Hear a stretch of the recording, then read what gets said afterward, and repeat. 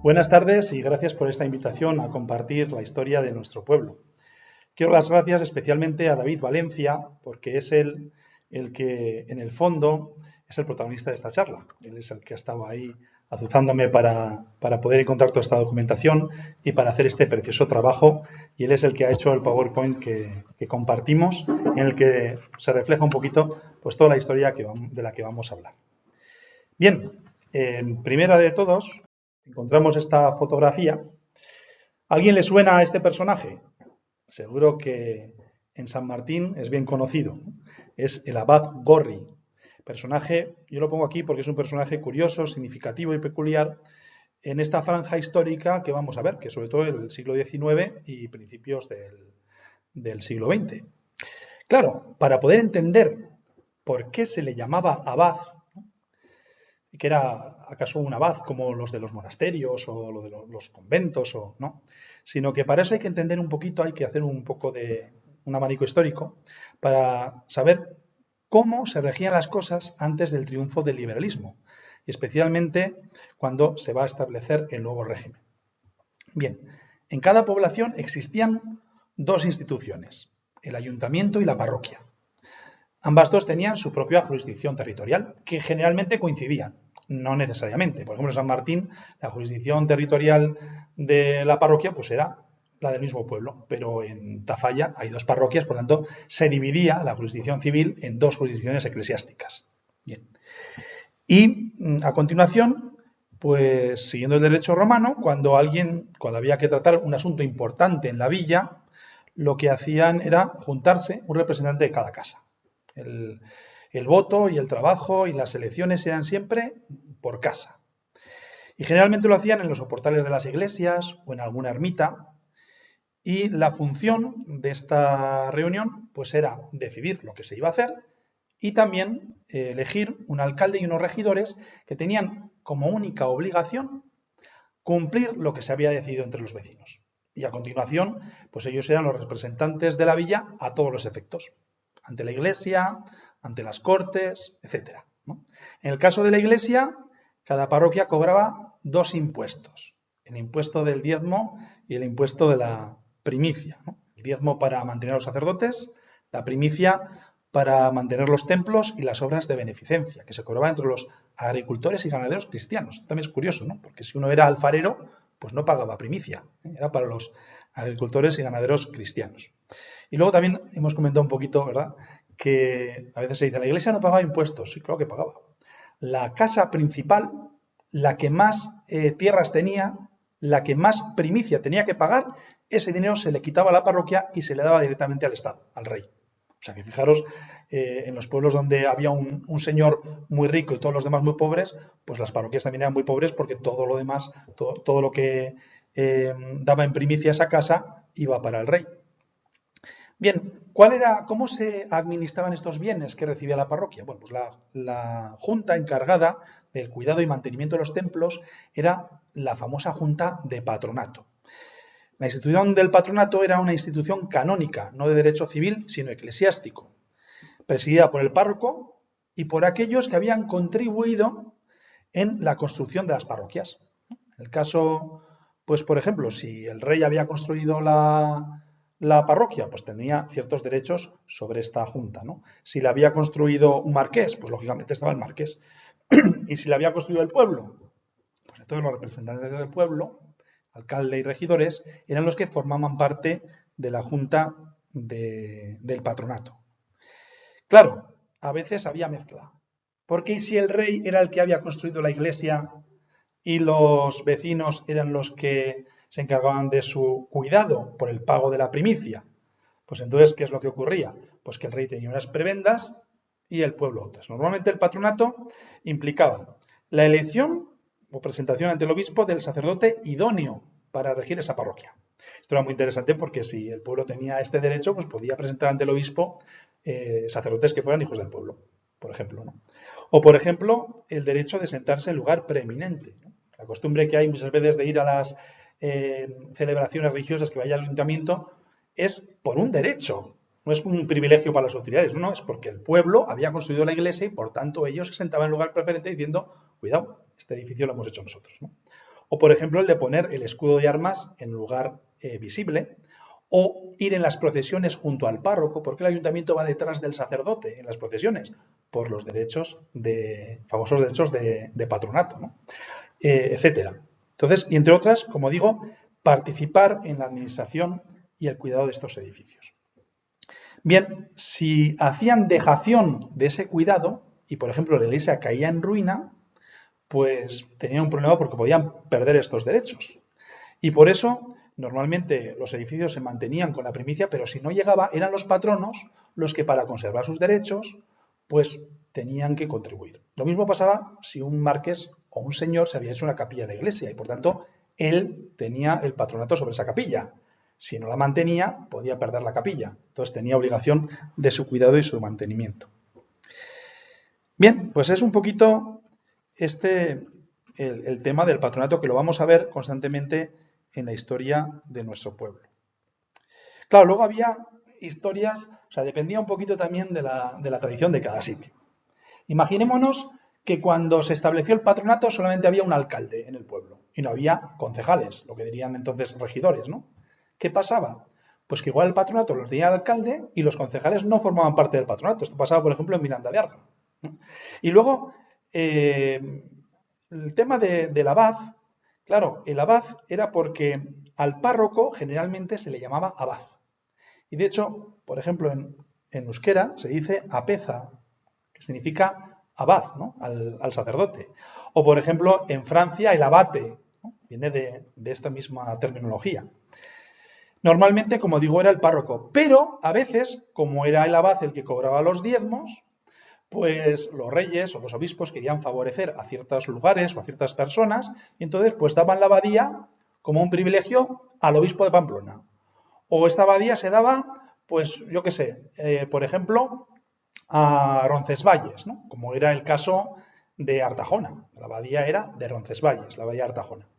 O, por ejemplo, pues la abadía pertenecía pues a una dignidad, a un canónigo importante de la Catedral de Pamplona. Por ejemplo, al arcediano de la catedral, pues porque querían favorecer al arcediano con el diezmo de Artajona. Por ejemplo, en el caso de Artajona, perdón, en el caso de Tafalla, el abad de Tafalla era el arcediano de la catedral. Como es lógico, el arcediano de la catedral no iba a ir de párroco a Tafalla. Y por tanto, ¿qué es lo que hacía? Nombraba un vicario, un sacerdote que tenía el título de vicario, que hacía las veces del abad y atendía a la parroquia y por tanto era el párroco. Entonces, por eso en muchos pueblos al párroco se le llamaba vicario. ¿Por qué? Pues porque el abad era otro que no residía en el pueblo. Entonces, cada pueblo era hijo de su historia. Y por eso, en el caso, por ejemplo, de San Martín, como hemos dicho, pues el nombramiento, es muy curioso, ¿no? El nombramiento del abad corría por parte del rey. Lo que nos está hablando que posiblemente fue el rey el que construyó la iglesia. Pero la administración de la parroquia corría a cargo, o lo que es el patronato, corría a cargo del alcalde y concejales, que junto con el párroco formaban esa junta. Y por lo demás, pues el mismo abad, como digo, el mismo párroco era abad. Vale, un paso más. A nivel civil, ¿no? ¿Cómo se administraban los ayuntamientos? Bueno, pues el ayuntamiento dependía del Real Consejo, que venía a ser como el gobierno de Navarra de ahora, ¿no? Era el órgano más importante a nivel civil de Navarra. Cuando había que gastar ciertas cantidades de dinero de la villa, había que pedir permiso. ¿A quién? Al Real Consejo, ¿no? Entonces, luego, por otro lado, existían las Cortes de Navarra, que era la institución más importante del reino. Y el Real Consejo lo que hacía era que se cumpliese lo que se había aprobado en las Cortes. O sea, venía a ser en grande lo que en pequeño se hacía en los pueblos, ¿no? Las Cortes en el pueblo, que eran esas juntas vecinales o bazarres, de cada representante de cada casa se juntaba para decidir y luego el ayuntamiento lo cumplía, lo que había decidido esa reunión. Lo mismo pasaba a nivel del reino. Las Cortes eran las que decidían y el Real Consejo pues iba haciendo que todo eso que se había decidido pues se llevase a efecto y se cumpliesen esas leyes y esos fueros propios del reino. Entonces, en las Cortes había tres brazos, que eso lo hemos oído siempre, ¿no? Los tres brazos, que son el brazo de lo que es el eclesiástico, el brazo de lo que serían los nobles y por otro lado el brazo del pueblo. Entonces, Es curioso porque cuando las Cortes de Navarra aceptaron, y esto es una cosa muy importante, ¿no?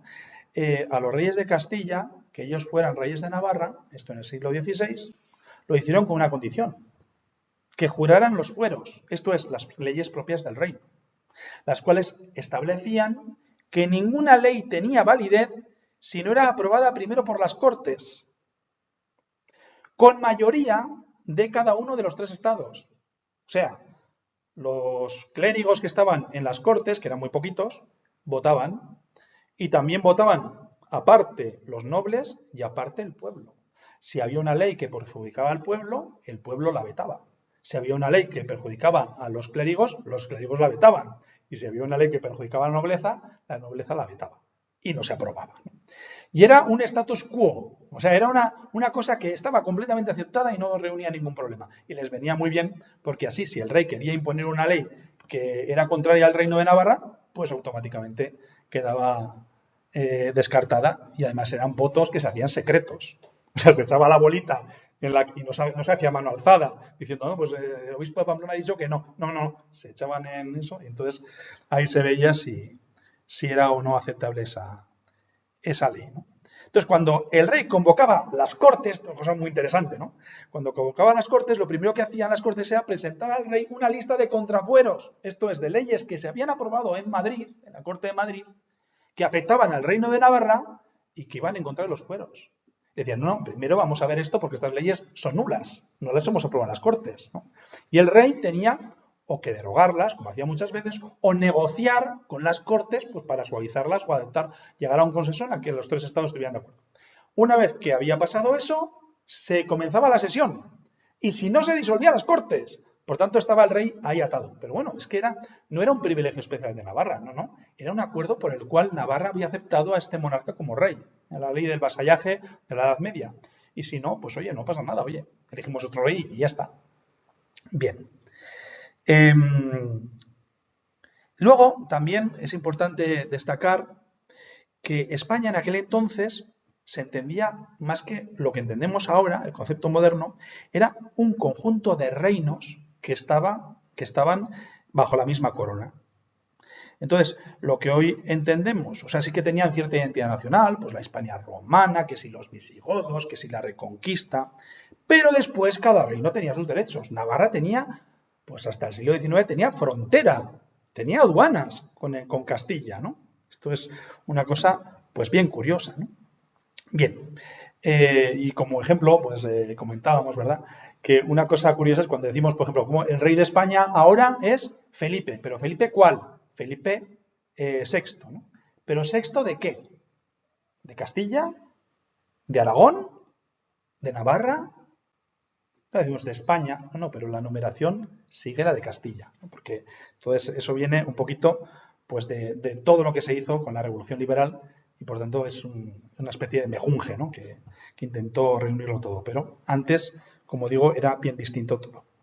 Bien, parando aquí un poquito la historia, por no alargarnos más con este tema, vamos a dar un paso ya a lo que fue esa historia, como un preámbulo también de la historia de nuestro pueblo, de nuestra parroquia de San Martín, a través de los siglos de ese antiguo régimen, antes de llegar lo que es la Revolución Liberal.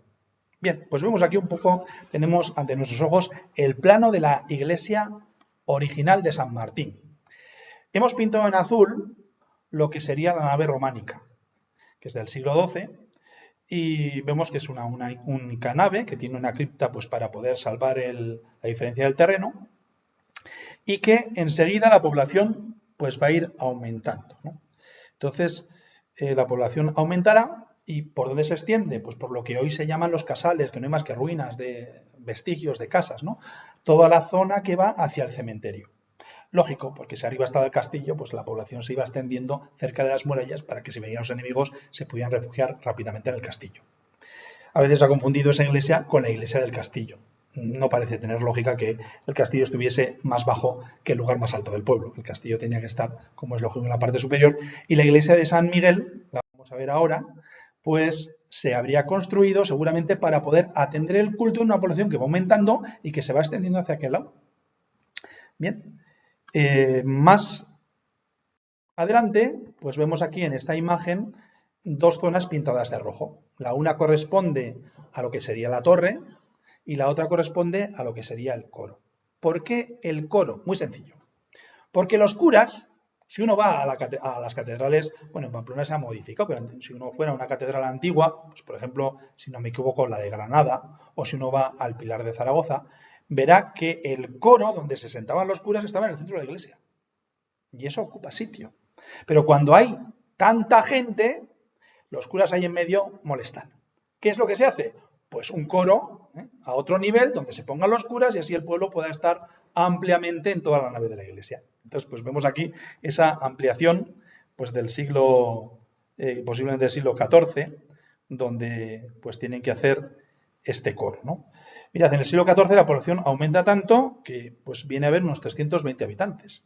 Se va extendiendo también hacia abajo y por tanto tienen que construir una nueva iglesia para que la gente pueda entrar, que es la iglesia de Santa María. Bueno, pues aquí una imagen de ese coro bajo con esa bóveda sencilla y aquí una imagen pues de las bóvedas de crucería de la iglesia de Santa María, que es una iglesia muy capaz, es muy grande, ¿no? También es de una nave y es precisamente pues para poder atender el culto en otra zona de la población baja, pues que se ha extendido bastante.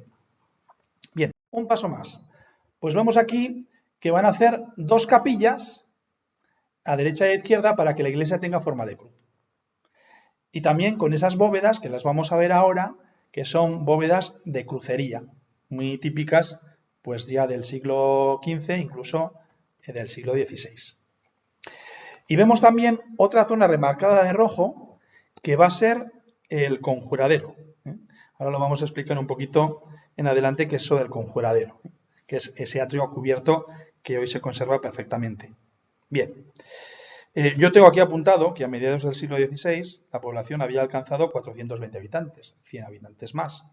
Entonces, bueno, pues hace falta más capacidad para poder albergar a la gente. Veremos aquí, por ejemplo, que nos ha llegado esa capilla norte con esa bóveda de crucería, que es muy sencilla, es una cruz. Y a continuación pongo esta imagen de estos arcos góticos porque tenemos algunos vestigios de estos mismos arcos guardados en la casa parroquial de San Martín, que posiblemente fueron restos del antiguo soportal, del antiguo atrio cubierto que se hizo en la iglesia, que hoy está sustituido por sus arcos grandes de medio punto, pero que en origen posiblemente fue así. Bien, estos arcos góticos se vinieron abajo, lo hemos encontrado en los archivos, por culpa de un rayo. Lo vamos a ver un poquito más adelante cuando hablemos de la. Y ahora, aquí viene una imagen bien simpática en la que podemos ver pues también esa puerta de entrada a ese atrio, que es una puerta gótica, posiblemente pues de la misma época, de ese siglo, principios de finales del siglo XV, o mediados del siglo XV, ¿no? Está hablando del gótico. Bien. Más imágenes. Bueno, pues aquí vemos el atrio por fuera de nuestra iglesia de San Martín, ¿no? Y vemos pues que hay una ventanita, lo voy a marcar con el puntero para que podáis ver que esta ventana ya no existe porque esta capilla se tiró. Y a ver si me sale. Ah, sí, aquí. Mira, ¿veis esta ventanita de aquí? Esta ventana está en otra posición con una reja medieval. Pero en origen aquí había una capilla, esa capilla ya no existe, pero esta era la capilla, lo que es ese brazo del crucero que daba al sur. Y esos son los vestigios de la antigua intervención, ¿no? Vale. Y ahora vemos, pues, un paso más. Y ese paso más es que sigue aumentando la población en el siglo XVI muchísimo. Y entonces, pues, tienen que hacer dos capillas, que son estas dos capillas de aquí, una nave al norte, y luego también van a hacer una sacristía. Vamos a ver las fotografías que se ven muy bien. Mirad, aquí se ve clarísimo cómo al fondo de esa nave hay una ventana. Pero esa ventana, ¿dónde da? A la sacristía. ¿Por qué da una ventana a la sacristía? Pues porque en origen no existía la sacristía. Entonces, esa sacristía se hizo después y esta ventana corresponde a esa primera intervención. Vale. Y a continuación, pues vemos estas bóvedas de terceletes o de nervios, que son típicas del siglo XVI, mediados del siglo XVI o finales del siglo XVI, que corresponden a esta obra de la ampliación de la iglesia. Y la bóveda de la sacristía, que es exactamente igual que esas bóvedas, y por tanto nos está diciendo que es la misma época. Bien, y ahora desde fuera, pues voy a explicar un poquito toda esta zona de aquí que le llamamos el conjuradero. ¿Qué es un conjuradero? Muy sencillo. De la cruz de mayo a la cruz de septiembre había costumbre de conjurar las tormentas para evitar que el granizo pues destruyese las cosechas. De hecho, había un pueblo en Navarra que estaban reñidos con otro. ¿Por qué? Porque no tenían cura y entonces pues les mandaban todas las tormentas. En ese pueblo donde había cura no había granizo y en el siguiente pues iban todos los granizos porque mandaban para allá el granizo, ¿no? Es la curiosidad del conjuradero. Pero el conjuradero pues también se usaba para muchas cosas, porque es un atrio cubierto. En ese atrio cubierto posiblemente había pues, reuniones de los vecinos, se harían las reuniones vecinales, se aprobaban contratos, ventas, compras. A la salida de la iglesia pues se compartían muchas cosas. Las bodas, los matrimonios se hacían precisamente en los soportales. Ahora se hacen dentro de las iglesias, pero antiguamente se casaban fuera, en el lugar más público. Por lo tanto, este era, por así decirlo, el corazón del pueblo donde venían las reuniones importantes y las decisiones importantes de la villa. Y veremos más adelante algún uso más que se le daba a este soportal. Bien, como digo, en origen este soportal estaba hecho con arcos góticos. ¿Por qué no nos han llegado? Pues lo encontramos en los archivos. Dice así: en cumplimiento del mandato de vuestra majestad, fui a la villa de San Martín de Uns a reconocer el soportal que está delante de la puerta de la iglesia parroquial de dicha villa, que derribó el rayo los días pasados. Este documento es de 1611, ¿no? Y habiendo considerado todo, digo que vuestra majestad debe demandar se vuelva a hacer, y de la misma manera y hechura que estaba antes, y con las mismas piedras que están allí cerca. Y es tan necesaria esta obra que si no se hace este año, nadie podrá estar en la iglesia el invierno que viene, y llevará peligro de caerse un gran paredón del cementerio. Normalmente los cementerios estaban dentro de las iglesias y en su alrededor. Entonces, otro uso que tenía este soportal era tener sepulturas. Por tanto, si el muro se caía, que este paretón que hay aquí se caía, pues iban a quedar todas las sepulturas por los suelos, ¿no? Entonces, por eso era importante hacer aquí una buena intervención para evitar que esto se viniese abajo. Entonces, pues parece que levantan otra vez lo que había con los mismos arcos. Pero la cosa no quedó demasiado sólida. Y por eso más adelante será el alcalde y el regimiento de San Martín, como patronos de su parroquial, los que pidan licencia para, reedificar los arcos del cementerio, que servían para conjuratorio, adorno y estribos de la fábrica principal. Estribos son contrafuertes, ¿eh? Todo eso también servía para sostener la pared, que posiblemente estaría cediendo, y todo eso pues servía para sujetarla. Los cuales, dice, se han caído y derruido, y se ha viciado la pared en que estribaban, en que sujetaban estos arcos, y es preciso se vuelvan a reedificar y aderezar dicha pared en la conformidad que antes estaban, que de no hacerse esto puede resultar grande daño y ruina de mucha montura a la fábrica principal de la dicha iglesia. Dice que esto está sujetando la iglesia y que si no lo hacemos es que se va a venir la iglesia detrás, ¿no? La cual se halla con efectos para poder hacer y pagar el coste de dicha obra y está abastecida de ornamentos y lo demás necesario para su servicio, y no tiene deuda ni acreedor ninguno. Mirad, el patronato, ¿a quién está pidiendo permiso? En este caso al obispo, a la diócesis, ¿no? Entonces, ¿por qué? Porque va a usar dinero de la primicia.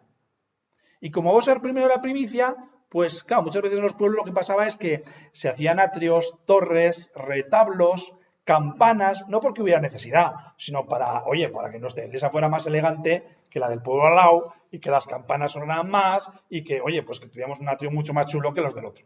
Entonces aquí lo que están diciendo es, a ver, que tenemos mucha necesidad, que no lo hacemos por capricho y que además el tema del culto, pues los ornamentos, las ropas del cura, la celebración, todo está cubierto y no hay gastos importantes, ¿no? Porque muchas veces decían desde la diócesis, oye, cuidad un poco más los ornamentos, que el cura está usando ropas que están todas pues llenas de polilla y medio rotas, y vosotros estáis pensando en hacer una campana más grande. Pues lo primero es el culto y lo demás es secundario, ¿no? Entonces había sus problemas, ¿no? Entonces intentan decirle, oye, todo esto está cubierto, dadnos permiso. ¿Qué van a hacer en esta ocasión? Pues lo que vemos aquí. 4 potentes arcos, fijaros, son mucho más robustos que lo que hemos visto en esos arcos góticos que sacó esa fotografía de Olite, ¿no? Y de esta forma, pues cumpliría esa función de sostener también esa pared sur de la iglesia. Y curiosamente de este soportal se conservan planos en el Archivo General de Navarra y se hizo en 1698. Vale. Vamos a ver una fotografía más. Bueno, esta fotografía la hemos visto antes un poquito desde fuera, que es lo que es la portada de esa entrada a ese soportal, y vemos también el interior. ¿Y por qué pongo esta fotografía? Porque había otro uso muy curioso que se le daba a este atrio y lo hemos encontrado en una documentación, en este caso de un maestro, de un profesor, que se enfada porque no le permiten ser a su vez sacristán. Dice así: Sebastián de Obanos, maestro de niños de la villa de San Martín, año 1750, contra el alcalde y regidores de la misma, habiendo quedado libre el puesto de sacristán y no habiendo sacerdote que lo pida, los de la villa han nombrado sacristán a Manuel de Zapata, labrador vecino de la localidad, en contra de la costumbre tradicional de que el maestro de niños sea al mismo tiempo sacristán. Sebastián de Obanos argumenta que la escuela, fijaros qué interesante, se imparte en el pórtico de la iglesia y ello facilita la doble ocupación. Y esto es una cosa muy interesante. Hay que pensar que la gente que formaba la parroquia y el ayuntamiento era la misma gente. Eran los representantes que el pueblo había elegido. Entonces no se veía como una cosa extraña, sino que todo era suyo, todo era de los vecinos. Los vecinos decían, bueno, pues las cosas que tengan que ver con la caridad, con el culto, con la religión, con la educación, con la atención a los necesitados, el hospital, la escuela, tal, todo esto lo gastamos con el dinero de la primicia, ¿no? Que para eso estamos pagando ese impuesto, el de la primicia, pues para las obras de caridad. Y lo demás, lo que tiene que ver pues con arreglar caminos, con hacer, yo qué sé, pues una carnicería para el pueblo, una panadería, un molino, mantener pues las calles de la población, todo eso pues se gasta con los dineros de la villa. Y luego veremos un poquito esos fondos de la villa que no venían de impuestos, la mayor parte venían de la riqueza que tenían en comunales. Vale. Y hasta aquí yo creo que hemos llegado a más o menos en la mitad de la charla. Bien, vamos a dar un paso más. ¿Por qué era conocido también nuestro Abad Gorri? Pues aquí tenéis una fotografía que lo ilustra. Era carlista hasta los huesos, ¿no? Tanto es así que se cuenta de él una anécdota que cuando en Tafalla, creo que es así la anécdota, cuando en Tafalla eligieron un ayuntamiento liberal y ese ayuntamiento fue a su tradicional romería de Ujue y pasó por San Martín, en vez de bandear las campanas como era costumbre, las hizo tocar a muerto, ¿no? Así que manifiesta un poco, ¿no?, cómo se las gastaba este señor. ¿Y por qué un cura tenía que entrar en política, ¿no? ¿Por qué un cura tenía que ser partidario de un rey en vez de otro? ¿Por qué tenía que ser carlista, ¿no? Pues hay que entender un poco para eso qué pasó en este convulso siglo XIX. Bien. La culpa de todo la tuvieron, como siempre, los franceses, ¿no? En 1808, el ejército francés entra en España, mejor dicho, podemos decir entonces, en los reinos del rey de España, con la excusa de conquistar Portugal. Había una alianza entre Francia y España. Bueno, vamos a conquistar Portugal, dejad que pase el ejército. El ejército no pasa, se queda. Se queda y conquista el país, ¿no? Y saca al rey con una excusa. Bueno, al final el rey, entonces Fernando VII, acaba, entre comillas, secuestrado en Francia. Y España queda pues con una especie de real consejo que se iba a encargar un poco del cuidado del reino mientras el rey no estaba, pero eso es un desaguisado. Y entonces estalla la guerra contra los franceses, es un levantamiento popular de guerrillas y ahí pues muchas veces pues no hay orden ni concierto. Y entonces, ¿qué es lo que dicen? Aquí hay que convocar las cortes. Hay que convocar las cortes para un poco llevar un poco de orden en esta guerra y ver cómo nos liberamos los franceses. Pero claro, ¿qué cortes se convocan? Porque en lo que hoy es España estaban las cortes de Castilla, sí, pero también estaban las cortes de Navarra, que era reino independiente que tenía su propia jurisdicción. Entonces, lo que convocan es las Cortes en Cádiz, ¿no? Y piden un poquito representantes. Ya veis qué elecciones se pueden hacer en un país en plena guerra contra los franceses. Pues bueno, pues se hace lo que se puede. Claro, los que van allá a Cortes, la mayor parte están imbuidos ya por las ideas liberales que habían entrado con los franceses. Y por tanto, aprovechando que están allá, pues dicen, oye, ya que estamos aquí, pues ¿por qué no hacemos una constitución para el país y hacemos un nuevo Estado con un nuevo régimen y lo cambiamos todo, ¿no? Entonces es el comienzo de una revolución liberal. Podríamos decir ahora, con palabras de ahora, es una especie de golpe de Estado. ¿Por qué? Porque esos representantes no habían sido elegidos para hacer un cambio de régimen. El rey estaba fuera, ni siquiera lo podía aprobar, ¿no? Entonces, sino que aprovechan las circunstancias y lo hacen. ¿Y qué es lo que hacen? Pues dicen, bueno, pues a partir de entonces, claro, a foro de interno dicen, bueno, pues a partir de entonces todo es un país, desaparecen todos los privilegios y derechos, y Navarra, por ejemplo, pues pasa de reino a provincia. ¿Podían ellos decidir que Navarra pasase de reino a provincia? No, para eso estaban las Cortes de Navarra. Las puentean. Y por tanto, cuando esa noticia llega a Navarra, entre otras muchas cosas se aprueban en esas Cortes y en esa famosa Constitución de Cádiz, lo que dice Navarra es contrafuero. Esa ley no tiene validez, es nula de pleno derecho.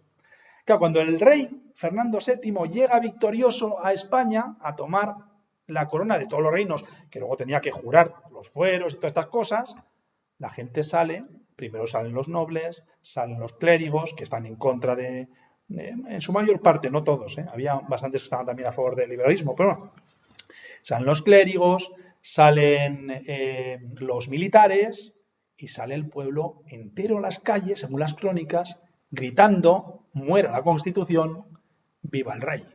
Entonces, claro, ¿qué más quiere el rey para decir, oye, todos están en contra de esta Constitución, que me estáis pidiendo que la jure cuando ni yo la he convocado, ni yo la he aprobado? Entonces, ¿cómo que para ser rey yo tengo que jurar una Constitución? ¿Qué me estáis diciendo? Suprimida. Se suprime y todo vuelve otra vez a lo que estaba, ¿no? Bueno, pues eso es así, pero poco a poco el liberalismo ya había entrado y poco a poco pues va ganando fuerza. Lo que acabará, como bien sabéis, en una triple guerra civil. 3 guerras carlistas, especialmente 2, ¿no? Que van a dividir y ensangrentar pues toda la tierra. Bien, ¿y por qué se da esta guerra civil? Lo que nos han vendido o lo que nos han contado, simplificando las cosas, es que, bueno, pues simplemente hubo un problema y es el tema de la ley sálica. Había una ley por la cual, según el Reino de Castilla, las mujeres no podían reinar. Fernando VII no tiene descendientes más que Isabel II, ¿no? Una mujer. Entonces, para que pueda reinar su hija, pues la única forma es derogar la ley sálica y de esa forma su hija puede reinar. Si no, quien tenía que reinar era su hermano, el llamado después Carlos V. Claro, uno dice, pues entonces Navarra, ¿qué pasa? ¿Que querían que no gobernasen las mujeres? Pues no, porque es que en Navarra no existía la ley sálica. En Navarra podían reinar las mujeres. Era una ley de Castilla. Lo que a Navarra le interesaba, como en lo que antiguamente se llamaba Vascongadas y País Vasco, ¿no? Era que se respetasen los fueros. Y claro, a Isabel II aquí le apoyaban los liberales. Entonces, apoyar a Isabel II era perder los fueros, perder los derechos, perder el reino. Y por eso Navarra va a apoyar a Carlos V, ¿no? Y se va a dar pues esa guerra civil. Bien, ocurrirá esa guerra y como sabéis, los carlistas la perderán. ¿Y qué va a suponer el triunfo del liberalismo? Pues todo lo que habían temido y mucho más, ¿no? En primer lugar, Navarra pasa de reino a provincia.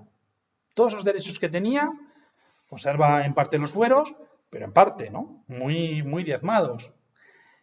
Se hace una desamortización de todos los bienes de la Iglesia.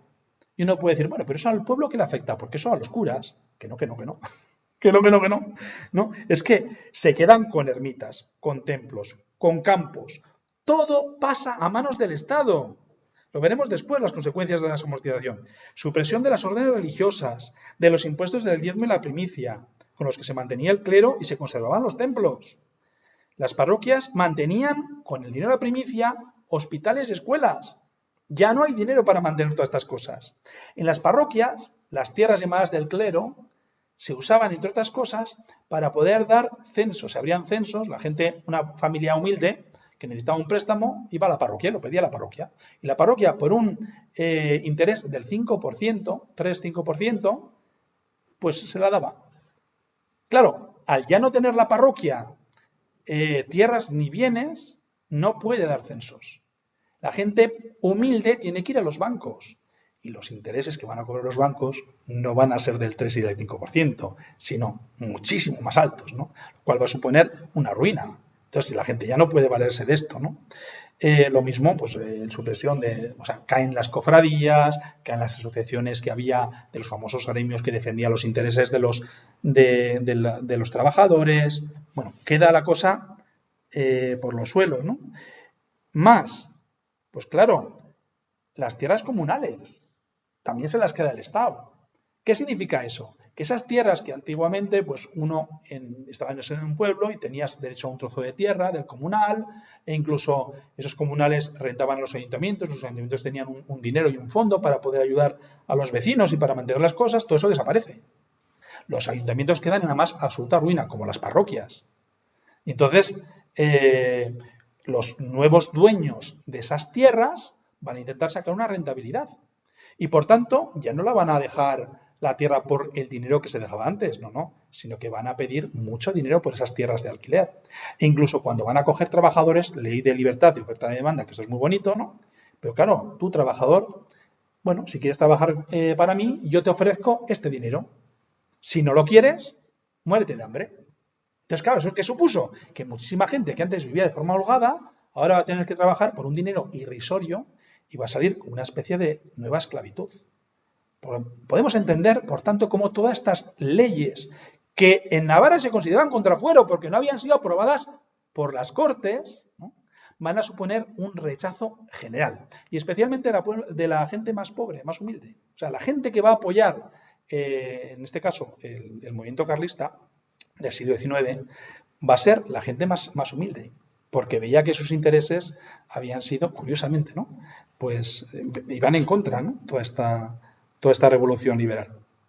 Como digo, esto es muy especialmente propio de Navarra y del País Vasco y de otras muchas regiones de España en aquel entonces. Bien, ¿qué más tengo apuntado por aquí? Bueno, claro, antes decíamos que eran los vecinos los que se juntaban y elegían sus ayuntamientos y tal. Todo eso va a cambiar. Ahora ya no son los vecinos, un representante de cada casa, el que elige al ayuntamiento, ¿no?, sino que sale la ley de los principales contribuyentes. ¿Quién puede votar? Pues había una ley por la cual tenías que tener cierta renta para poder votar y para ser elegido en los ayuntamientos. E incluso, si no me equivoco, según qué población, los ayuntamientos no eran elegidos, sino que los alcaldes eran puestos directamente desde Madrid. Entonces, el pueblo ya no está ahí, sino lo que están es los principales contribuyentes. ¿Y quiénes son los principales contribuyentes? Los que se han quedado con todas las tierras de la Iglesia y de los comunales, y por tanto que van a apoyar al Estado liberal. Claro, entonces, esto es muy curioso, ¿no? Entonces, por eso podemos entender por qué tanto los clérigos como el pueblo llano va a estar en contra en Navarra del liberalismo y va a apoyar fuertemente al carlismo, ¿no? Y en este momento, curiosamente, con todo esto, pues va a venir el Abad Gorri. El Abad Gorri va a venir justo en medio de la Tercera Guerra Carlista, en 1874. Había habido un concordato. O sea, es verdad que el Estado se había quedado con todos los bienes de la Iglesia, pero Isabel II, que era profundamente cristiana, había conseguido que, oye, está todo el mundo incendiado, esto no puede ser. Y claro, pues se han ido todos los monjes, se han cerrado todos los monasterios, se han ido todos los monjes a la calle, la iglesia, las parroquias están arruinadas, no se puede mantener a los sacerdotes, hay que hacer algo, antes de que haya más guerras y más revoluciones y más problemas, ¿no? Entonces llega el concordato, el famoso concordato con la Santa Sede, que en primer lugar va a parar la desamortización. Y se va a decir, bueno, a partir de ahora, todos los bienes que no han sido desamortizados, que no han sido vendidos por el Estado, que las tierras, por supuesto, se habían vendido prácticamente todas. Lo que no había quedado era pues los edificios, las ermitas, las iglesias, tal. Todo eso que vuelva de nuevo a las parroquias.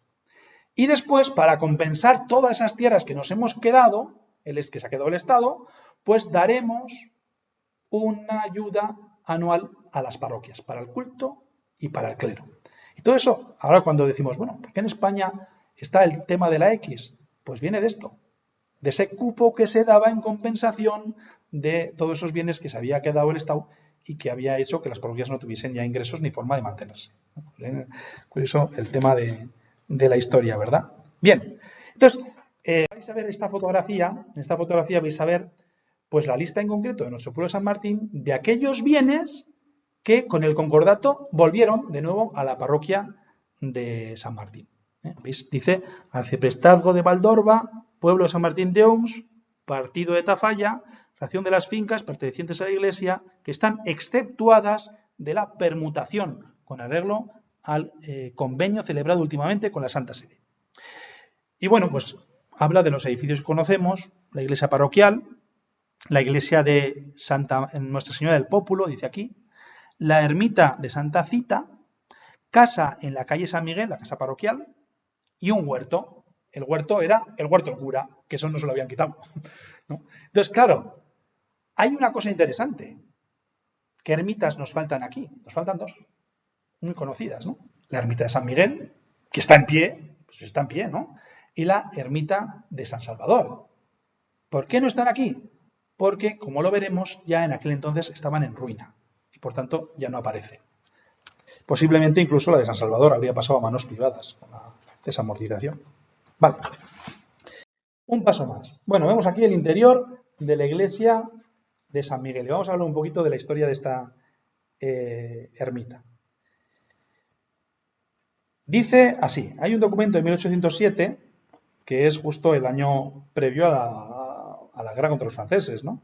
Dice, se juntaron y congregaron como lo tienen uso y costumbre los señores alcaldes y regidores de esta villa y dijeron que la basílica titulada de San Miguel se halla extramuros de este pueblo, o sea, fuera de la población, extramuros, de la cual es patrona la dicha villa. Si es patrona la dicha villa, tiene obligación de mantenerla. Claro, la parroquia tiene el diezmo, pero la ermita de San Miguel, ¿qué tiene? Pues lo que la gente daría de limosna el día que había misa. Si había una obra importante no se podía mantener. Entonces, el ayuntamiento está diciendo, nosotros somos patronos y por lo tanto tenemos que socorrer al arreglo de esta iglesia, ¿no?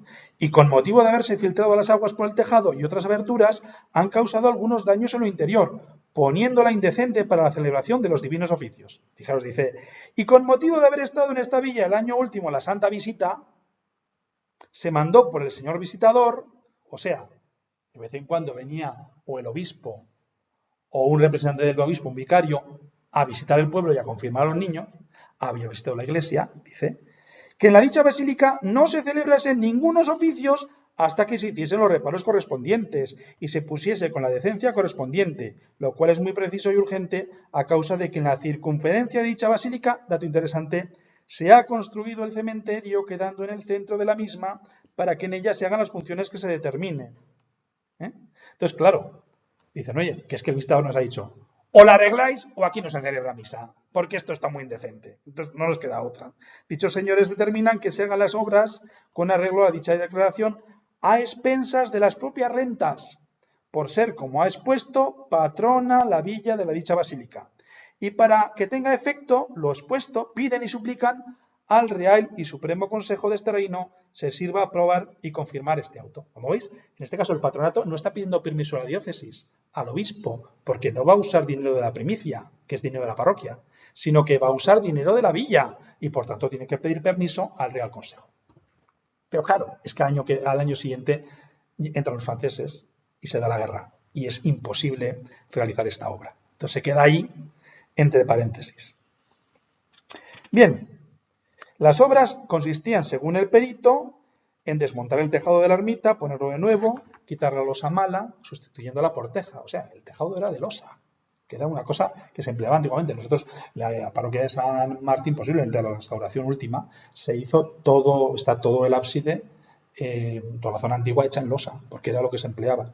Pero claro, daba muchos problemas. Entonces, por eso dicen, sustituyéndola por teja, revocar las aberturas de la pared norte, sus contrafuertes, bueno, revoco interior, etcétera, ¿no? Entre otras cosas dice, hacer nueva la puerta de la entrada que esté indecente y empedrar toda la calle, todo el camino que va desde la parroquia hasta esa iglesia de San Miguel. Dice, por hallarse el camino bastante desigual y en tiempo de aguas no se podrá caminar por él. Bien, como digo, no pueden hacer esta obra porque llega la guerra. ¿Y por qué por qué está en pie? ¿Por qué no se ha hundido?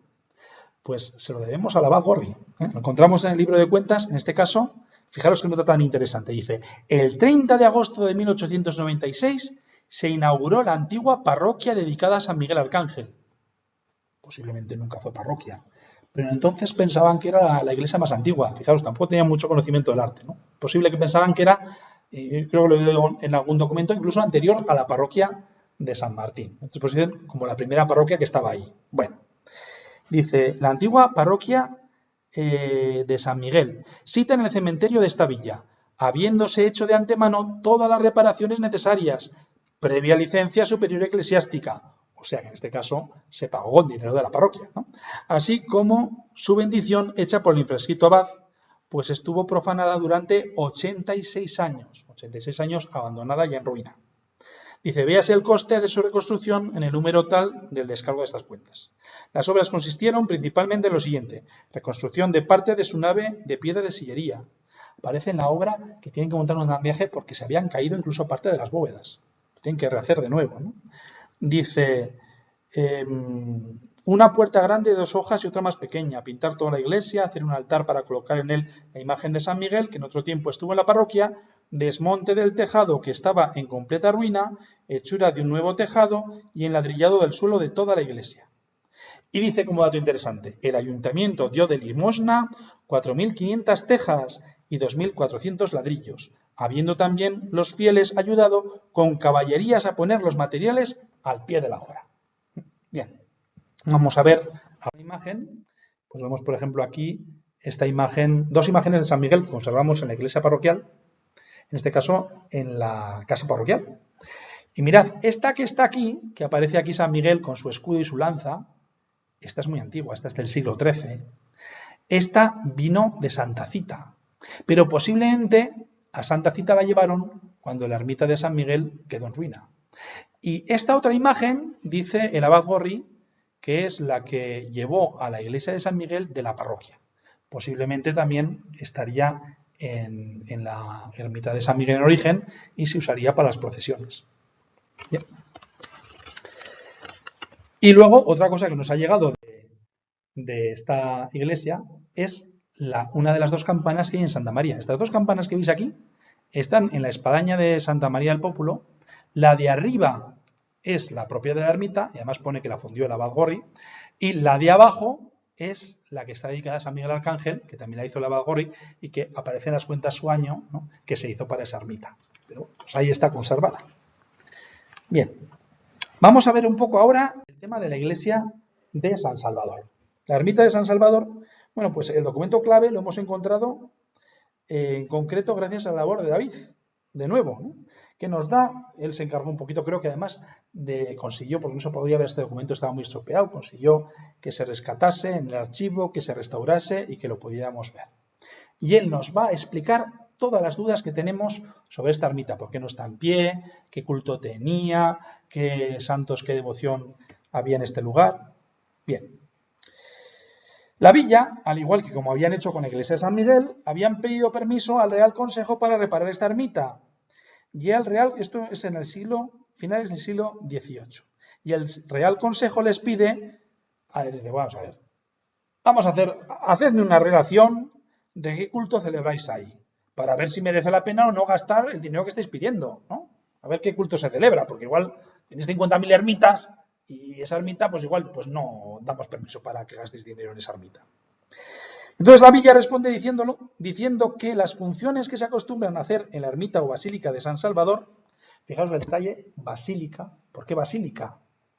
Porque viene del euskera base Eliza, iglesia del monte. Pues en Navarra no es que tengamos tanta basílica, ¿no?, como hay en Roma, las basílicas romanas, no viene del término basílica romana, sino de base Eliza, ermita, iglesia del monte, ¿no? Y por eso a casi todas las ermitas se les llamaba basílicas. Dice, las funciones que se acostumbran, en que se venera su imagen, y las de Santa Águeda y Santa Dorotea, son de la procesión general y misa muy solemne y popular el día de la Ascensión del Señor. Vaya, claro. Había, si no me equivoco, 4 rogativas. La más importante era el día de la Ascensión. Cada rogativa se hacía para pedir a Dios que lloviese, que viniesen buenos frutos y que lloviese y que no hubiese tormentas que destruyesen las cosechas, y por tanto se iban haciendo en diversos lugares del monte. Y por eso tenían ermitas, pequeñas iglesias, en muchas partes del campo para celebrar ahí la misa de la rogativa. Entonces la más importante era la rogativa precisamente de la Ascensión del Señor. Por eso es la ermita está dedicada a San Salvador, porque es la fiesta de la Ascensión del Señor. Entonces, ahí hacían esa rogativa principal, les venía muy bien, estaba muy cerquita. Y dice, la procesión del día de Jueves Santo, porque en Navarra, no sé si en el resto de España también, era costumbre hacer 2 procesiones en Semana Santa, aparte de otras, el Jueves Santo y el Viernes Santo. Yo me acuerdo de mi pueblo como todos los santos de procesión salían tanto el Jueves Santo como el Viernes Santo, ¿no? Entonces, bueno, esa se hacía, dice aquí Jueves Santo. En las letanías y misa mayor, lo mismo las rogativas, ¿no? En el día de Santa Águeda, hallándose en tal comodidad y con tanta veneración del pueblo, la insinuada basílica y sus santas imágenes, que son frecuentadas por las gentes devotas personas con especialidad en los días de fiesta. Y además de todo ello, se tiene la más cordial y religiosa fe en el Lignum Crucis, que también se venera la misma. Este Lignum Crucis, que lo hemos mostrado, se conserva en la parroquia. Creyendo prudentemente que por intercesión de dichas santas imágenes logra este pueblo conocidamente perseverarse de tempestades y muchos bienes espirituales y temporales, siendo causa para que la villa como patrona haya aplicado su celo con todo esmero al mayor culto de nuestro Señor y de los santos, ¿no? Dice, oye, tenemos muchísima veneración, es importantísima, tenéis que darnos permiso para arreglar esta ermita. Claro, sin embargo, cuando va el perito a reconocer la ermita, se encuentra que eso es una ruina, que se viene abajo. Por eso, gracias a ese reconocimiento del perito, sabemos que era una ermita que tenía bóvedas, posiblemente de ladrillo, ¿no? Y que era, bueno, tenía bastante capacidad y que tenía 3 altares. O sea, un edificio importante. Y que tenía un asiento corrido todo alrededor y el suelo enladrillado. Bien. Pero, dice, cuando lo reconoce, dice, esto es una ruina y no se puede arreglar. ¿Qué es lo que hay que hacer? Tirar la ermita y hacer una ermita de nueva planta. Entonces, pues va haciendo una relación de todas las obras y gastos que supone esta construcción. Claro, cuando se dan cuenta de lo que cuesta, entonces escriben al Gran Consejo y dicen, para, un momento, que hacer la ermita vale mucho dinero y bueno, total, tampoco le tenemos tanta devoción, que total, que oye, mira, que tal, que las imágenes total, pues que se pueden llevar a la iglesia de Santa María, que está mucho más cerca para el pueblo y el Lignum Crucis y tal, y todas las celebraciones podemos tenerlas ahí sin falta de hacer una nueva ermita. Entonces, toda la devoción que tenían ya desaparece porque, como dice el refrán, poderoso caballero es don dinero. He puesto esta imagen que veis en la pantalla de la iglesia de Santa María, curiosamente una imagen antigua, donde aparece el retablo de Santa María, que ha desaparecido, y 2 retablos más. Mirad, estos 2 retablos de aquí, las columnas y la parte superior que se llama frontón ha desaparecido, pero el cuadro se conserva en la casa parroquial. Tanto este de aquí, que es el de San Pedro Apóstol, como este otro de aquí, que es el de San Andrés. Ahora, donde está el retablo de San Andrés, tenemos el órgano y tenemos también una pintura que salió, una pintura medieval, parece que de San Martín, en esta pared de aquí. Y esto que veis aquí es el tornavoz del púlpito, que también en esas reformas de los años 70, 80, pues todo esto desapareció. Y luego vemos una cosa muy curiosa, y es este retablo central, y digo muy curiosa porque vais a entender, fijaros en este detalle. Toda la parte de abajo corresponde a un estilo similar al de estos 2 retablos laterales. Las columnas son barrocas, con estas estrellas curiosas, son de medio punto, tal. Pero esta parte de aquí arriba es muy distinta. Es un estilo rococó. Y además es como que pudiéramos dividirlo en 3 partes. En el centro la imagen de el Salvador del mundo, San Salvador, que hoy se conserva en Santa Cita, donde estaba el Cristo que ahora está presidiendo la iglesia de Santa María. Allá está la imagen de San Salvador, que no es la original. Esta la hizo el abad Gorri, la original, vaya usted a saber dónde está. Algunos dicen que se quedó en la casa Muruzábal y que se vendió. Pero esta es la que se había conservado hasta el siglo XX. Bien, Y como digo, para saber qué pasa aquí y qué pasó con esas imágenes de la ermita de San Salvador, pues lo encontramos en el libro de cuentas. Dice así.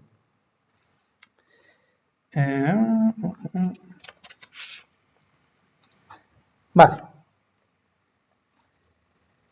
Dice, con este motivo trasladaron los retablos, con el motivo de que, de que no se iban a gastar en hacer una ermita nueva, imágenes y mesas de altar a la Basílica de Santa María, lo cual no solo se evitaba el coste de tanta consideración, sino que se conseguía que las imágenes tuviesen más culto y veneración por hallarse situada dentro del pueblo y celebrarse en ella misa todos los días. Entonces, en las obras planteadas de ensanche de la parroquia, de 1871, se dice lo siguiente. Los dos cuerpos de retablos que se encuentran en el altar mayor se han de arreglar estrechándolos y colocándolos en los dos huecos del segundo cuerpo del expresado altar, cuyas columnas quedarán proporcionalmente a las del primer cuerpo si es posible. O sea, estas dos hornacinas que vemos aquí en realidad son los dos retablitos que vinieron de la ermita de San Salvador. Y en el centro pues se puso la imagen con el retablito o lo que quedaría de él central. Por tanto, por las imágenes y estos retablos, pues vemos que la iglesia sería más bien baja. No sería una iglesia muy grande. Bien. Bueno, y ahora tenemos una pregunta. ¿Y dónde estaba esta ermita? Porque así como la de San Miguel nos ha llegado, de esta no ha llegado ningún vestigio, o por lo menos eso nos parecía. En cierta ocasión en la que estaba con algún vecino en la casa parroquial, creo que era con Maite, me dijo que me señaló al monte, ese término que decimos de San Salvador, y me dijo, mira, donde ves esa borda que ves allá, señalaba esta que está aquí, que se arregló hace poco. Donde está esa borda, a mí me contó mi abuelo que junto a esa borda estaba la iglesia de San Salvador. Y yo me vine aquí al monte y dije, a ver si veo algún vestigio, y no vi nada. Nada, ni debajo, ni alrededor, no se veía nada. De hecho, se ha removido la tierra y no se veía ningún vestigio de nada significativo. Pero, un poquito más arriba, hay una zona que es esta de aquí, que domina todo el monte. Está más elevada. Y yo decía, si yo fuera a hacer una ermita, la haría aquí. Pero claro, dicen, si se hubiera hecho aquí, pues como está esta borda aquí, la referencia sí es esta borda, y no la de abajo. Y sin embargo, esta Maite me comentaba que a ella le había dicho su abuelo que la referencia era la borda de abajo. Pero claro, al ver las fotografías antiguas, una de principios de lo que es el primer tercio del siglo XX, me encuentro con que la borda de abajo existe, pero la borda de arriba no existe. Y por tanto, cuando la ermita estaba en pie, posiblemente no existía la borda de arriba. Y por tanto, la única referencia que había era esa borda de abajo. Y curiosamente, además, si os dais cuenta, aquí se aprecia como una construcción rectangular. Pero mirad cómo la he señalado. Este es el norte, aquí. Y este, hacia allá está el sur. Está perfectamente orientada. Perdón, hacia allá está el este, ¿no? Está perfectamente orientada este-oeste. Y todas las iglesias antiguas se orientaban. Y por tanto, parece corresponder a una construcción. Claro, es una fotografía aérea. Igual uno está queriendo ver lo que no es. Pero, pues, no hace mucho, pues nos fuimos allá a echarle un vistacito a ver dónde tengo yo esto explicado de San Salvador. Lo he comido. Ah, sí, aquí está, sí. Bueno, me fui con Jesús Ángel Lucar a lo alto del monte y dijimos, a ver si vemos algún vestigio.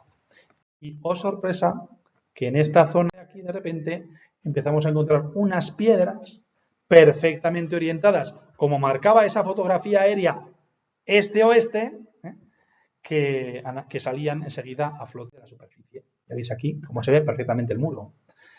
Y además, a lo poco que respondemos un poquito, nos encontramos la cerámica medieval, o bueno, también se hacía en el siglo XVI, XVII, XVIII, ¿no? Pero que nos está hablando de que esa construcción era una construcción pues señalada. Y por tanto ahí lo dejo. Sería importante, pues, a futuro hacer una prospección arqueológica o por lo menos tenerlo en cuenta para que no pase, como pasa en muchos sitios, que luego una pala y se lleva por delante todo, ¿no? Y pues tenerla protegida para ver si estos vestigios son realmente de esa ermita que fue tan importante en su momento y que desapareció. Bien, y vamos a dar un paso más en esta última parte de la charla. Mirad, aquí vemos la evolución demográfica entre 1842 y 2021. Vamos a hablar un poco de qué es lo que pasó en esa última parte del siglo XIX y principios del XX y muchas cosas que van a pasar, y para ello debemos de comprender un poquito esto. En 1842 había 1.000 habitantes. En 1700 había 600 habitantes. Casi se había duplicado la población en 100 años. Pero es que, fijaros, que para 1920 había 2.000 habitantes. O sea, en prácticamente 80 años se había duplicado. Una iglesia, como era la parroquia, que había sido construida para una población de 200 habitantes, resulta que ahora tenía 10 veces más. Y por tanto, era insuficiente. Era insuficiente la parroquia, era insuficiente la iglesia de San Miguel, que ya encima estaba a las afueras de la población, era insuficiente la iglesia de Santa María, y tienen que hacer obras por todos los lados para intentar ampliar y meter a la gente. Vale. Como digo, hay un dato curioso, y es que ya la población había crecido mucho, como digo, a finales del siglo XVIII, y en 1797 se le encargó a Fernando Martínez, vecino de Alfaro, el plano para una iglesia de nueva planta, pues la parroquia resulta pequeña. Ahora bien, bueno, pues posiblemente la guerra con los franceses ayudó también a que no se tirase la parroquia y no se hiciese una iglesia nueva, ¿no? Entonces, en cierta forma, a veces decimos, no hay mal que por bien no venga. También de los males siguen bienes. En este caso, que gracias a la francesada, pues la parroquia no se tiró. Bien, pero hay que ampliar. Mirad, este plano es muy interesante, aparece en un proyecto de ampliación de la iglesia de Santa María de 1870. Y como veis, primero se van a hacer estas dos aletas en el coro para que entre la gente, porque la gente ya no cabía, el coro se va a ampliar. Y luego había una escalera interior para poder acceder al coro y se va a hacer afuera. ¿Veis aquí este ensanche de aquí? Aquí estaba la sacristía. Y luego más adelante, ya no me voy a meter en ello, pero se va a hacer aquí la casa, creo que del sacristán, ¿no? Del sacristán, ¿no? Todo esto se va a construir. Van a ser ampliaciones pues, para poder dar cabida a una población que va creciendo. Y aquí, en este caso, es un plano del ensanche de la iglesia parroquial de San Martín.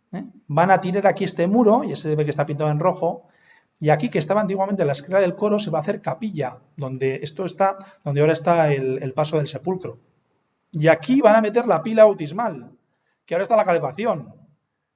Y en esta zona de aquí también van a tirar el muro y van a abrir capilla, que es, o sea, todo lo que es, fijaros, curioso, todo lo que era el antiguo conjuradero o el antiguo pórtico se va a convertir en una nave para meter a la gente. Y van a tirar un montón, van a hacer unos cuantos arcos para unirlo todo. Y otra cosa muy interesante de este plano es que nos sale en planta la antigua torre desaparecida de San Martín. Y fijaros que aquí están incluso los arranques de la bóveda. Y hay una cosa curiosa, porque nosotros, si vemos ahora este paso, vemos que aquí hay una puerta, como actualmente se conserva, ¿no? Y la otra puerta está aquí. Pero aquí no existe esta puerta, sino que está aquí, donde está ahora el escudo. ¿Por qué? Porque antiguamente se pasaba por dentro de la torre. Lo vamos a ver un poquito más adelante cuando hablemos de la torre. Bien. Otra cosa de las que hizo el abad Gorri, hizo muchísimas cosas. Compró un montón de imágenes, tenía una labia maravillosa. A la gente que tenía dinero la engañaba para que hiciese cosas para la parroquia, comprarse imágenes, pasos de Semana Santa, todo el mundo de los alabarderos, que es precioso, que se ha conservado esa tradición, una tradición muy propia del pueblo de San Martín, que no nos da tiempo para comentar, ¿no? Y va a intentar restaurar todas las cosas, como hizo con la iglesia de San Miguel. Si hubiera estado la iglesia de San Salvador, seguro que la hubiera reconstruido también. Y entre otras cosas va a salvar la cripta. Una cosa que no se sabe es que la cripta llevaba muchos años convertida en un almacén. Estaba completamente abandonada, ¿no? Y en los libros de cuentas aparece este dato interesante del abad Gorri. Dice, año de 1880. El día 23 de octubre de este año, previa autorización concedida por el obispo de Pamplona en su santa visita pastoral, tuvo lugar la bendición de la capilla subterránea, que se halla en el centro de la iglesia y que está dedicada a San Juan Bautista, después de haberla recompuesto al efecto.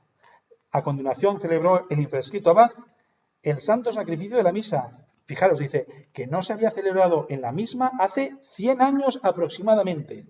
Y desde esta fecha la dejó abierta al culto público para lo sucesivo. Entonces nos ha llegado esa ermita. Fijaros en la fotografía, y una cosa muy curiosa, son esteras de esparto. Porque, claro, la gente se sentaba en el suelo, no se sentaba encima de la piedra y a los rojos. Había unas esterillas y gracias a las esterillas se sentaba la gente. Por eso es muy normal que en las iglesias se hubiera pasado de la piedra a la madera, porque la madera era mucho más cálida para poderse sentar que la piedra. Bien. Alguna curiosidad que también aparece de esta época en los archivos parroquiales, bueno, esto lo vamos a ver a continuación, es, fijaros, dice, don Fermín Lerga, el abad Gorri, tenía mucha amistad con los franciscanos de Olite. Es que él mismo era de Olite. Y entonces nos traía a las famosas misiones populares. Misiones era durante una semana predicaban la conversión, que había que convertirse, que había que perdonarse, que había que romper los odios y las enemistades, que había que tener pues una juventud sana, ¿no? Entonces, fijaros, gracias a esa predicación, mirad, dice, don Fermín Lerga, vecino de esta villa, dio en 1865 una cantidad de la que parte se entregó al ilustre ayuntamiento de la misma para ayuda del nuevo juego de pelota, el frontón, indicado por los reverendos padres jesuitas señores Artola y Ciaurriz, y parte se invirtió en compra de instrumentos para la orquesta y que también se tocan en la iglesia en ciertas solemnidades, habiéndose propuesto en ello tanto los padres misioneros como el ilustre capítulo eclesiástico e ilustre ayuntamiento, proporcionar recreaciones honestas a la juventud, para apartarla de los peligros que corre de perderse. Es curioso, ¿no? Entonces, ellos dicen, ¿qué hace falta a la juventud para que sea sana? Deporte y música. O sea, eso no es un invento de ahora. Ya nuestros antepasados lo sabían, ¿no? Por eso viene el origen del frontón y de esa orquesta original, ¿no? Vale. Y aquí vemos una foto muy simpática. El abad Gorri, pues le parece que ese sitio donde han puesto la pila bautismal es muy ridículo y quiere hacer una pila en condiciones. Y donde la hace en esa capilla que se ha habilitado en el antiguo atrio porticado. Esta puerta de aquí es la que ahora es una reja y que se accede al atrio de la iglesia, ¿no? Al pórtico. Entonces, pues ahí hizo una preciosa pila de mármol. Hay un documento en el que pide permiso, dice, la pila bautismal está rota, está rajada. Y no lo dice, pero para él es mucho fea. Entonces, ¿aquí qué hay que hacer? Pues dice, y gracias a eso se pudo recuperar, dice, pedimos licencia para enterrarla, era un objeto sagrado, se enterraba y hacer una nueva pila de mármol, bonita, elegante, ¿no? Entonces, pues aquí está la fotografía, fijaros, en la siguiente vemos aquí el detalle que dice Abad Gorri, la hizo el Abad Gorri y el año en el que se hizo la pila. Y luego aquí, pues esta simpática fotografía de cuando, gracias a esa indicación de que se había enterrado, pues están rescatando la pila románica de su olvido, ¿no? Y ahora pues podemos tenerla y gozar de ella.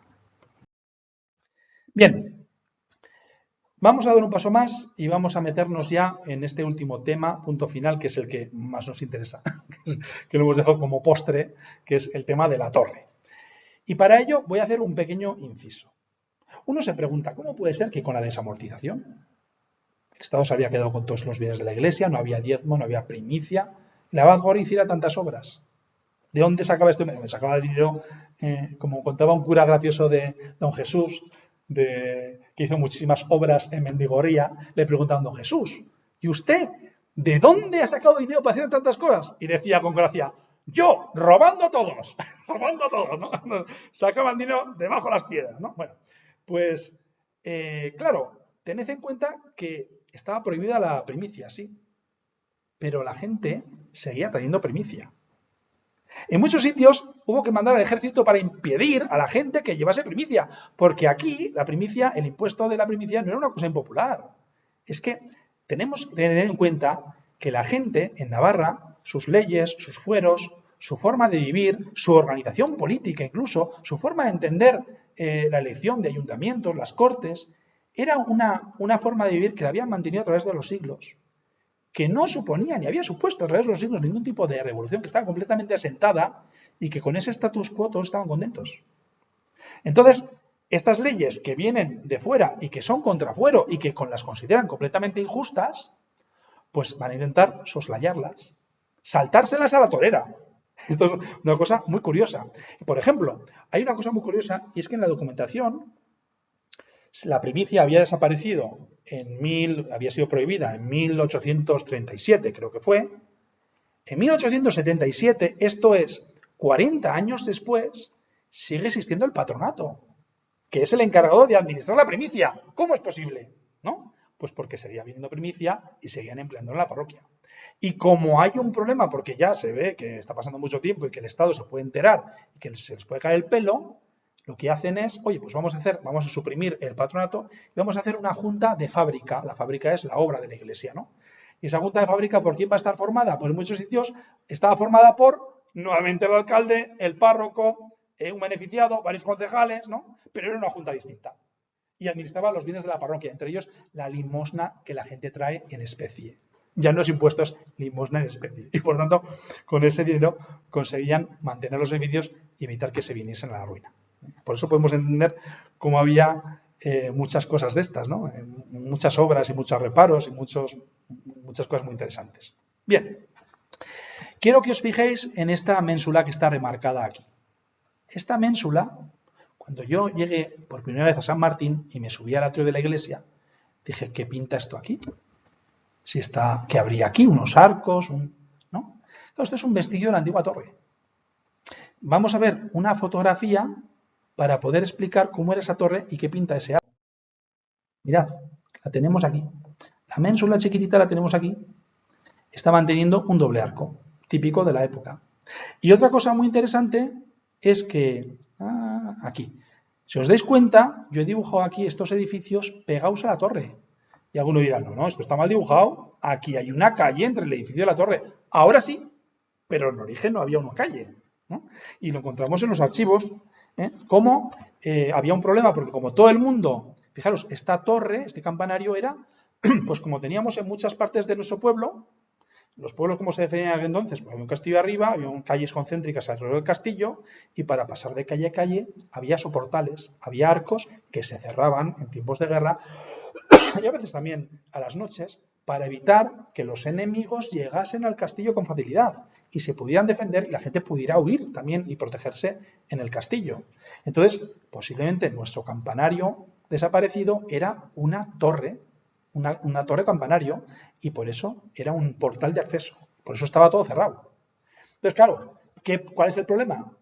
Que por ahí pasaban todos. Y como ya esta parte de aquí se había convertido en parte de la iglesia, ya no era un... Entonces, pues prácticamente todo el mundo entraba por aquí, a la iglesia. Y claro, que todo el mundo entraba por aquí, ¿qué significaba? Que también pasaban por allá los carros, las caballerías, los animales, las pulgas, la mierda. O sea, eso era los niños jugando, corriendo, pasando. Entonces, molestaban al culto. La gente se queja y desde donde vamos a hacer una cosa muy sencilla. Como está la oportunidad de comprar estas casas de aquí, que son muy baratas porque una está en ruinas y la otra la quieren vender por nada, pedimos permiso, tiramos este muro de la casa y abrimos aquí una preciosa calle para que nuestra torre quede separada de las viviendas y se pueda usar esto de calle y aquí que no pase nadie más que los que vayan a misa. Eso es lo que se hizo. Esa fue la segunda intervención delicada que se hizo en la torre. La primera la encontramos también en los archivos. Es en concreto, de 1832. Dice así. De orden del patronato de la iglesia parroquial de esta villa, han visto y registrado con particular cuidado y atención la torre que tiene la misma iglesia, para efecto de desmontar el tejado que la cubre y hacer sobre ella un chapitel que la adorne, mediante a que se halla sumamente indecente. Terminación superior de la torre, posiblemente habría vestigios de la antigua fortaleza, estaba muy mal, y quieren hacerla bonita. Y para ello desmontan y hacen, lo indica, hacen una bóveda vaída, o sea, una bóveda no de cañón, o sea, de medio punto, sino una bóveda baja, que es muy bonita, pero que eso hace unos empujes a las paredes impresionantes. Y encima el chapitel, que pesaría lo suyo, con chapas de metal.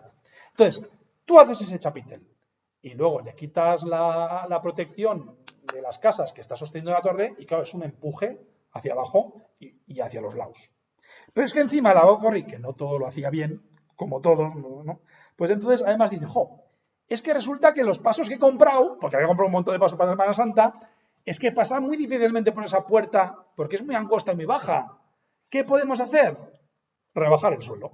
Entonces hay una intervención muy curiosa del abad Gorri en la que toda esta parte de aquí, que es la entrada de la iglesia y que es los cimientos de la torre, se rebajan para poder sacar los santos.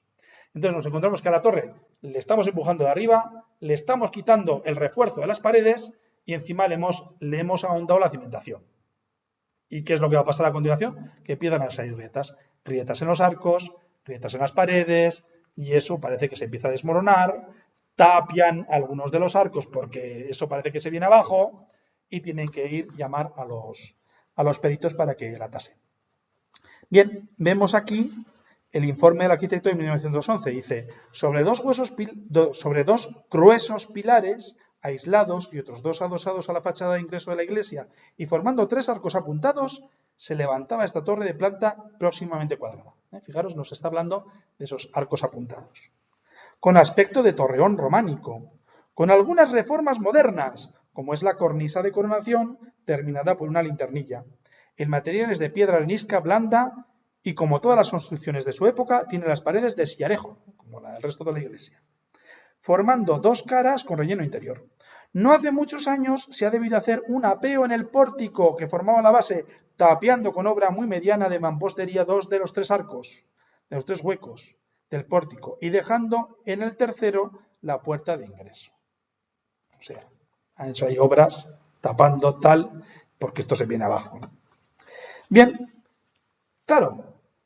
Y el obispo, el abad Gorri le escribe al obispo y le dice lo siguiente, fijaros, es muy curioso, dice, es tal la alarma en que está este vecindario que los que habitaban las casas contiguas a la parroquia, unos las han desalojado, otros están buscando a dónde trasladar cuanto tienen y todos con temores para ir a la parroquia.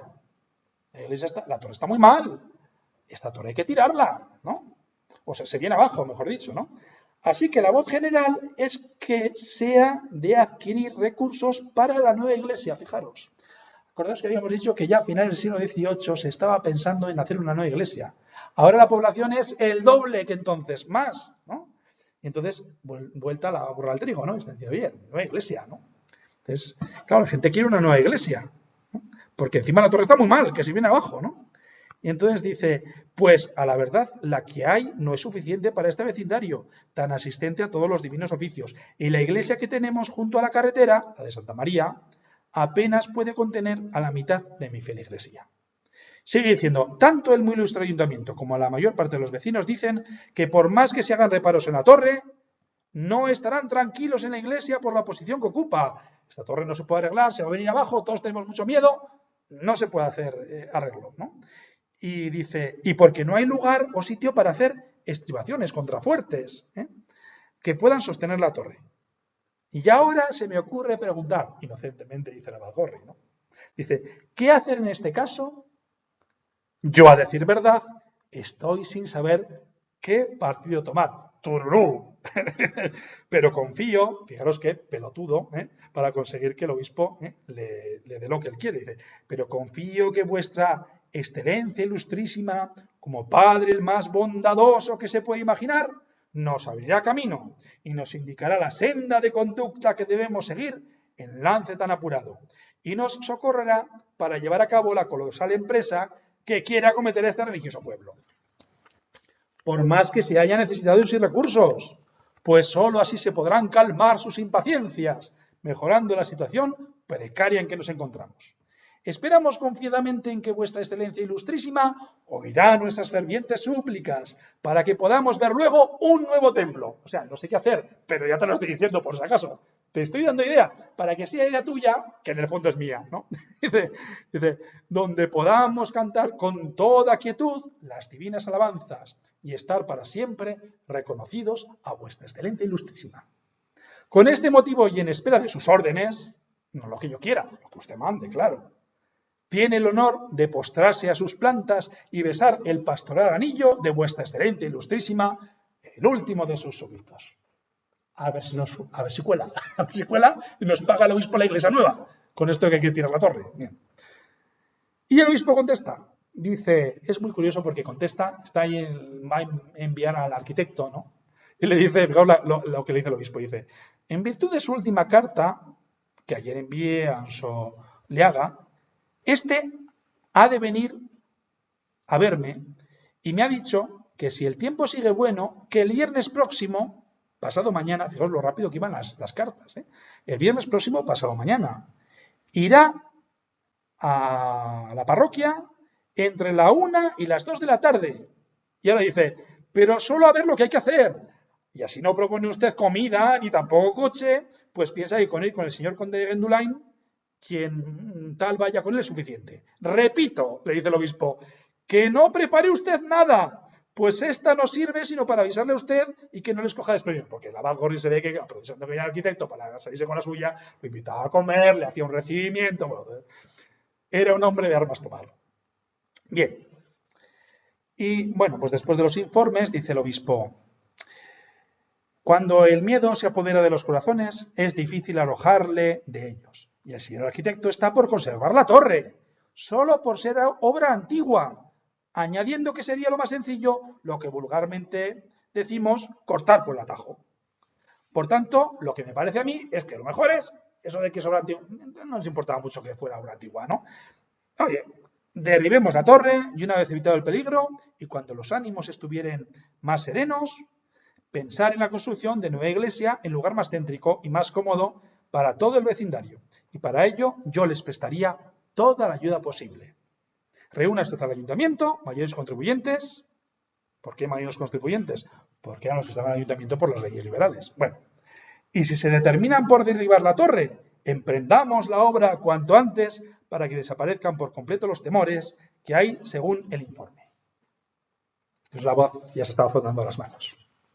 Y entonces, claro, le insiste, bueno, su eminencia, ¿y qué es su excelencia? ¿Qué es lo que nos va a dar? ¿Cuánto dinero nos va a dar? Y responde el obispo, de orden y en nombre de nuestro excelentísimo prelado, tengo la satisfacción de comunicar a vuestra señoría que el mismo bondadoso prelado anticipa a vuestra señoría, sin ningún interés ni rédito, todo el capital que sea necesario para construir de nueva planta en un punto céntrico de la localidad una iglesia capaz, parroquial y digna del pueblo de San Martín. Ojo, dice aquí, aprovechando el objeto, el material de sillería de las 3 iglesias existentes. O sea, pretendían tirar las 3 iglesias que hay en San Martín, San Miguel, la de San Martín y la del Pópulo, para hacerlo en una iglesia, tela marinera, ¿no? De verificarse las obras, el solar que ocupa la iglesia de San Miguel se destinará a cementerio. El de la iglesia parroquial se cederá en propiedad al ayuntamiento para que pueda en él edificar o venderla. El que ocupa la iglesia de Santa María también se cederá en propiedad al ayuntamiento, pero con la condición de no poderla vender ni edificar en el mismo sitio, sino algún edificio destinado al servicio público de la villa, porque es la plaza principal. Entonces, por último, y aquí es cuando la mata, ¿no? Dice, terminadas las obras, se cederá al ayuntamiento en propiedad toda la piedra de sillería y mampostería sobrante de las 3 iglesias indicadas. El capital que según presupuesto y planos del arquitecto fuera necesario anticipar el efecto, atención, será devuelto por el ayuntamiento íntegro en plazos anuales de 6.000 a 8.000 o 10.000 pesetas, que no nos lo da, que nos lo presta y que hay que devolverlo, y encima anualmente con una cantidad muy grande, ¿no? Con las demás condiciones de lugar y tiempo de devolución que se estipulasen en la escritura pública de compromiso.